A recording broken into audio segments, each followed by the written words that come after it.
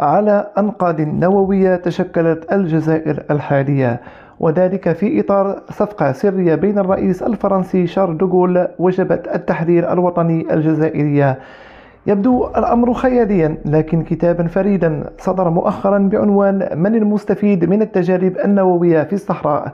لصاحبه عالم الأنثروبولوجيا شكيب عبد السلام كشف الحقيقة الغائبة عن كثيرين، وهي أن إلحاق الصحراء الشرقية للمملكة بالجزائر جاء في إطار استصدار موافقة بحثت عنها باريس في الرباط لكنها لم تجدها تقضي بقبول إجراء تجارب نووية قاتلة. الأيام تعود سنوات للوراء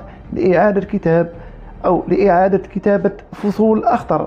قصة غيرت وجه المنطقة وبوصلتها لكتاب شكيب عبد السلام المنحدر من قبائل الطوارق التي استوطنت الصحراء الكبرى، وكان ولاؤها مطلقا للمملكة الشريفة، والذي قضى سنوات في جمع الأدلة عن أخطر عملية تفويت لأرض الغير. 26 أبريل 1986 حبس العالم أنفاسه، وظهر الوميض الفاصل بين البقاء والفناء بعد أن تلبدت سماء أوروبا بغيوم إشعاعية جراء انفجار مفاعل نووي في محطة تشيرنوبيل النووية الواقعة شمال أوكرانيا السوفيتية، وسرعان ما تجاوزت حدود روسيا وبيلاروسيا إلى دول أخرى في أوروبا الغربية. أضفى توقيت الانفجار سوريالية على المشهد، خاصة أنه تزامن مع مرور 3 عقود على استخدام السلاح النووي لأول مرة في التاريخ، حين قصف الأمريكيون هيروشيما وناكاساكي اليابانيتين بقنبلتين ذريتين نهاية الحرب العالمية الثانية. لكن تضافر الجهود جعل العالم يجتاز أخطر كارثة نووية ناتجة عن انتشار إشعاعات نووية على نطاق واسع، وها هي البشرية اليوم تصطفيق بعد مرور 3 عقود أخرى على وقع تحذير من كارثة تشيرنوبيل جديدة جراء اشتداد القتال على مقروة من هذه المحطة النووية الأشهر في الشمال الأوكراني، والتي أصبحت خاضعة لسيطرة موسكو منذ الأيام الأولى لاندلاع الحرب الروسية الأوكرانية في فبراير من العام الماضي. هذا الاستنفار العالمي بشأن تشيرنوبيل لم يظهر له أثر حين فجرت فرنسا بالتعاون مع إسرائيل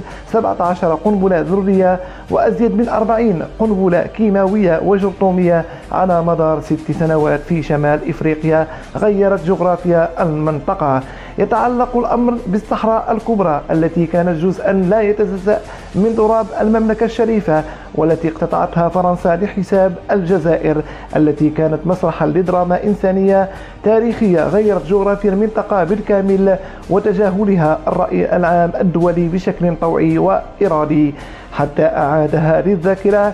كتاب جديد لعالم انثروبولوجيا ينحدر من قبائل الطوارق التي عمرت المنطقة لقرون، اسمه شكيب عبد السلام، جمع 163 وثيقة شكلت فصول قصة ظلت طي الكتمان رغم أنها أحدثت تغييرات جيوستراتيجية بالمنطقة.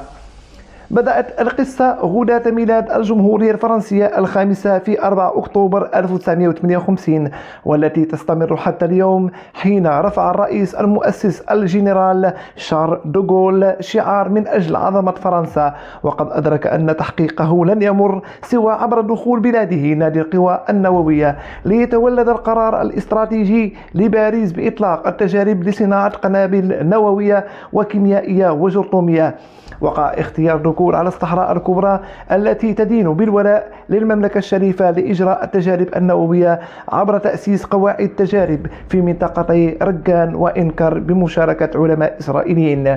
لم يمضي سوى عامين حتى تحولت فرنسا إلى قوة نووية بعد نجاحها في تفجير أول قنبلة ذرية حوالي الساعة 7 صباحا و4 دقائق و20 ثانية من يوم 13 فبراير 1960 تحت اسم الجربوع الأزرق بمنطقة ركان. عادلت قوتها 4 أضعاف قنبلة هيروشيما باليابان 1945، ووصل الغبار الملوث بالإشعاع المتولد من انفجارها إلى الرباط غربا وبلدان غرب أوروبا شمالا وبلاد إفريقيا جنوب الصحراء. رغم قوة الانفجار الذي سمعه العالم، صمت قادته، حيث رفع آنذاك السلطان محمد الخامس صوت التحدي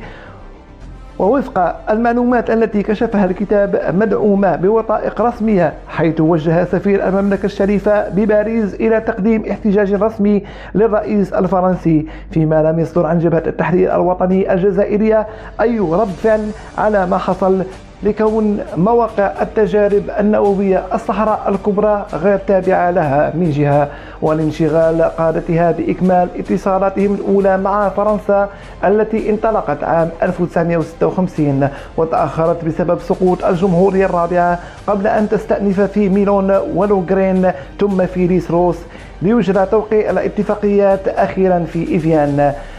مع ذلك استمرت فرنسا في تجاربها النووية في مركز الصحراء للتجارب النووية الذي أقامته في منطقة رقان البعيدة ب 700 كيلومتر عن تافيلات، حيث فجرت في نفس السنة قنبلتين ذريتين جديدتين فوق الأرض، الثانية في 1 أبريل حملت اسم الجربوع الأبيض، والثالثة في 27 دجنبر تحت اسم الجربوع الأحمر، وأخرى في السنة الموالية 25 أبريل 1961 تحت اسم الجربوع الأخضر. تعادل قوتها 7 مرات قنبلة هيروشيما، وكانت الشحنة التفجيرية إما مثبتة على دعامة معدنية وإما موضوعة على الأرض. لم تنتهي التجارب النووية الفرنسية الإسرائيلية عند هذا الحد، فقد استمرت بتفجير 13 قنبلة ذرية أخرى، لكن هذه المرة تحت الأرض داخل أنفاق حفرت في جبل في إنكر في منطقة الهكار إلى غاية 16 فبراير 1966.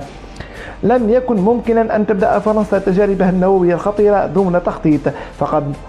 وضعت على مكتب الرئيس شارل دوغول 5 خطط أماط الكتاب اللي تام عنها، حيث نصت الخطة ألف على الاحتفاظ بالصحراء الفرنسية سواء بموافقة المغرب أو بدونه، لكن تبين سريعا صعوبة الاستمرار في هذا المسار في ظل النضال المغربي المعلن لاسترجاع كل ترابه، فتم اللجوء إلى الخطباء التي كانت تفرض الاتفاق مع السلطان محمد الخامس على إقامة تجارب نووية في مناطق توات وتديكلت وهكار مقابل رد الصحراء إلى المغرب، غير أن السلطان الذي عبر عن التزام بلده باتخاذ تدابير وقائية عملية لحماية سكان الصحراء المغربية الشرقية الذين تتعرض حياتهم للخطر، انطلاقا من المبدأ القائم على حماية أي فرد من التهديد جراء الأعمال الإجرامية. أما الفشل الذريع للخطتين سالفتي الذكر، لجأت فرنسا إلى الخطة جيم التي تقضي بنزع السيادة المغربية عن الصحراء وربطها بالصحراويين، لكن تطبيقها لم يكن ممكن في ظل تعبير سكان القبائل عن ولائهم المطلق للمغرب، لينطلق مسلسل تجريب الخطة ذال القائمة على إنشاء دولة صحراوية مستقلة، لكنها واجهت نفس المصير بعد إعلان قبائل الصحراء الكبرى ولاءها للسلطان. وهنا لم يبقى أمام دوغول سوى اللجوء إلى الخطة الأخيرة الموضوعة من فريقه، وهي تقديم اقتراح إلى جبهة التحرير الوطني الجزائرية على قادتها يهم ضم الصحراء الكبرى إلى الجزائر مقابل السماح لها بإجراء التجارب النووية فوقها، وتقاسم الثروات الطبيعية النفط الغاز الذهب التي تزخر بها بنسبة 50% لكل بلد. فوجد باريس الموافقة المطلوبة ليدرج هذا الاتفاق في اتفاقية إيفيان الموقعة يوم 18 مارس 1960، والتي مهدت الطريق لاستقلال الجزائر في 3 يوليو 1962. الموقف الجزائري أحدث صدمة في الرباط وحول المنطقة وسكانها إلى فئران تجارب لأخطر سلاح يهدد البشرية بالزوال، مما دفع شكيب عبد السلام للقول في كتابه الثمين: لقد كان ثمن هذه المساومة السرية بين الطرفين هو إلحاق الصحراء بالكيان المستقبلي الذي سيطلق عليه اسم الجزائر دون علم سكان الصحراء، وتشويه سمعة الموقف المناهض للأسلحة النووية لسلطان المغرب محمد الخامس. لم تنتظر فرنسا تنفيذ الاتفاق لتمضي في تجاربها، فقد نفذت 6 تجارب نووية في ظل استمرار استعمالها للصحراء، واستكملت بقية التجارب بعد خروجها الرسمي من الجزائر،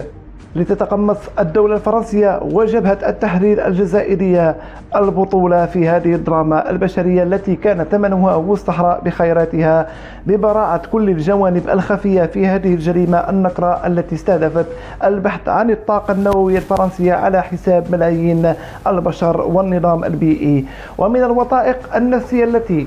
تضمنها الكتاب رسالة وجهها السلطان محمد الخامس إلى الرئيس الفرنسي شارل دوغول، مؤرخة ب 19 أبريل 1960، يعبر فيها عن إدانته الشديدة للتجارب النووية، ويؤكد على مغربية الصحراء الكبرى التي نفذت فيها باريس تجاربها النووية قبل أن تضمها إلى الجزائر. وفيها ما يلي: تلقينا في 4 أبريل الرسالة التي أرسلتها إلينا في 29 مارس 1960 لإبلاغنا شخصيا بقرارك بإجراء تجربة نووية جديدة في الصحراء اعتبارا من 31 مارس. نود أن ننتهز هذه الفرصة لأذكركم بمنتهى الصراحة والود اللذين ميزا علاقتنا دائما بموقفنا تجاه هذه المشكلة.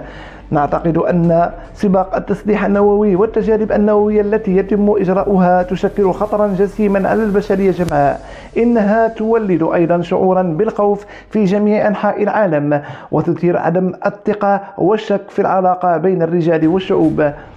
مثل هذه التجارب، بغض النظر عن الدولة التي تقوم بها وبغض النظر عن سلطاتها، نحن نستنكرها وندينها أكثر لأنها تحدث في مناطق مأهولة وعلى أرض نعتبرها جزءا لا يتجزأ من مملكتنا. نطلب من سعادتكم استقبال أطيب تحياتنا والإيمان بصداقتنا وتقديرنا العالي.